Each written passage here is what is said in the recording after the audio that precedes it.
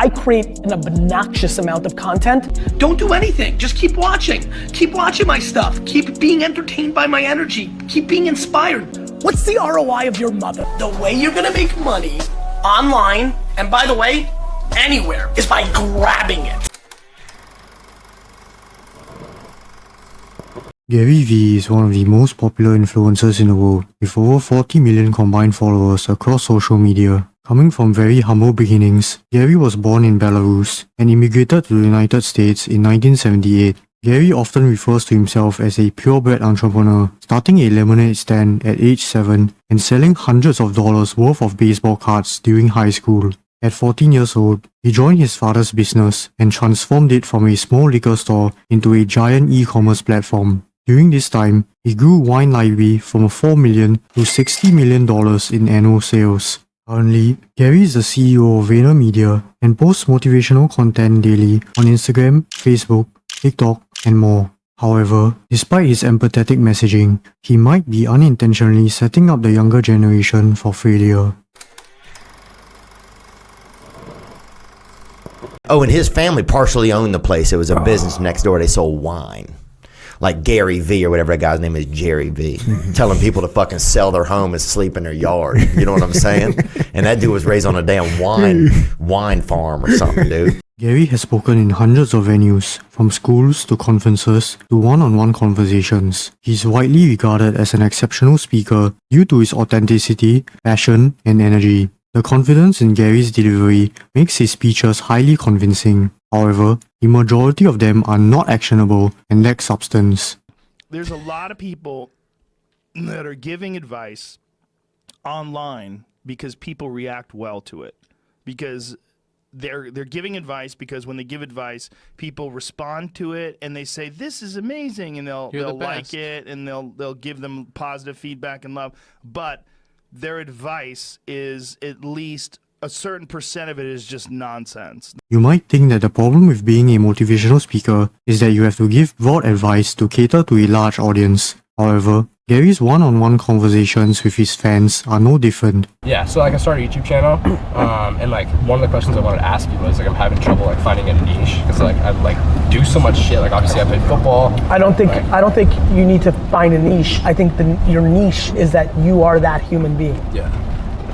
In the 6-minute clip, Gary suggested that choosing a niche is unnecessary and creators should just make videos that they like. This is contradictory because in the early 2000s, Gary started a long-form video series on YouTube called Wine Library TV and only talked about wine. The channel was a success, with a number of videos reaching 100,000 views. Gary's charisma and passion for wine even landed him appearances on national television with Ellen DeGeneres and Conan O'Brien. Now, Gary, we all have met and heard of wine experts. They come across as snobs. You are on a mission. Tell us about your mission to build people's palates in a different way. Sure. Well, you know, fundamentally, wine is broken in America. Right. And I'm here to fix that. To put this into perspective, the most subscribed YouTube channels have one thing in common. They all started with a niche, with PewDiePie starting out as a gaming channel, Dude Perfect with trick shots, and MKBHD as a tech review channel. If these channels didn't focus on a single niche in the beginning, it's unlikely that they have the same success today. Like, what's the problem? You want to buy a fucking Rolex? Audacity. This fucking audacity. Like, don't work at all. I don't give a f*** watching f***ing entire seasons of f***ing, you know, House of Cards. I will find 4 hours that you're not doing jack shit. You're f***ing playing mobile games? F*** you.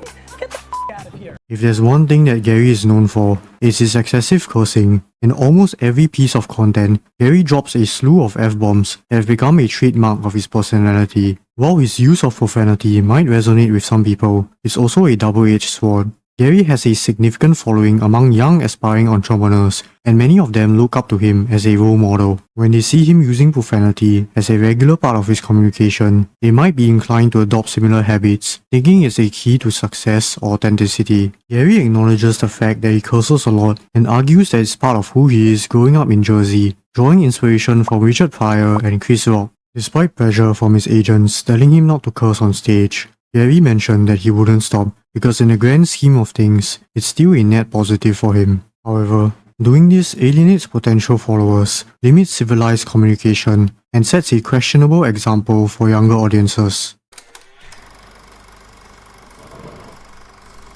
How much is too much when posting content on social media?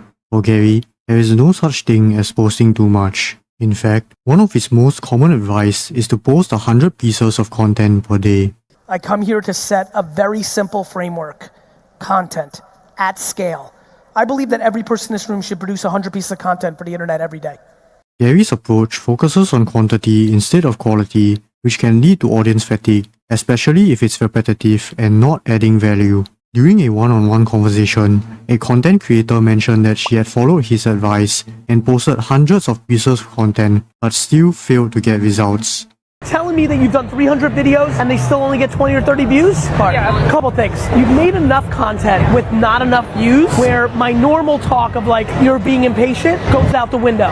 It's hard enough, long enough, around a certain way that you've given me the opportunity to give rare advice, which is, hey, you can't do that shit no more. You have to completely switch it up. That doesn't need to be devastating like, oh, if nobody likes me or I suck. That needs to be, how do I make different content? Gary's rare advice to her is to try different things, which is still extremely vague. This is just one of many examples of content creators who were misled by Gary's advice. He failed to mention the most important part of content creation, which is research. Posting content without prior research is like throwing darts blindfolded because there is no clear direction or understanding of your audience and competition. The constant pressure to create and post can also lead to burnout, as it requires a significant amount of time, energy, and resources.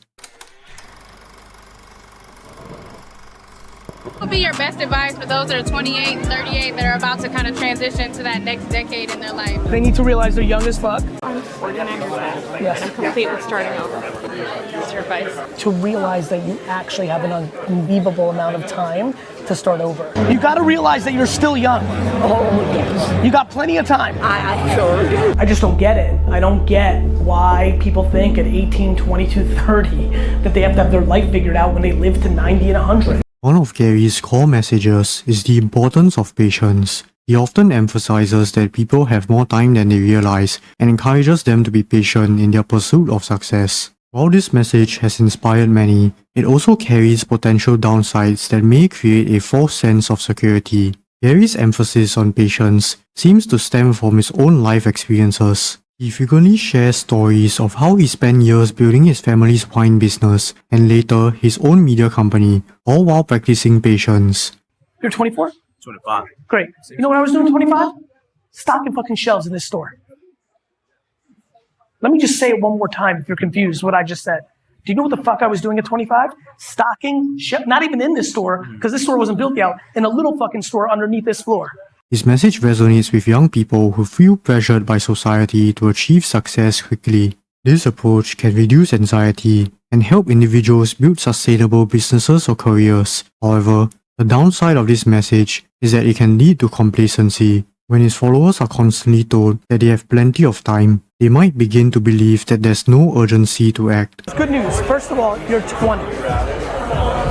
You're a baby. I feel like my life is nothing. I Of look course at my that's it. future and Yes. it's like I don't got nothing. You're crazy. You're wrong. You're wrong. You're 20, which means you have 80 years to live. This mindset can lead to procrastination, as individuals may feel that they can always start later or take it slow. Moreover, the belief that time is abundant might prevent them from taking advantage of opportunities when they arise, leading to missed chances for growth or success. In reality, some opportunities are time sensitive, and waiting too long can mean losing out. The winners are the ones who act fast and take advantage of these opportunities. This is why there's an increasing number of young millionaires today. While it's important to be patient, it's equally important to recognize that time is a finite resource. At the end of the day, would you rather be a millionaire at 20 or 60 years old? Most people will choose the former.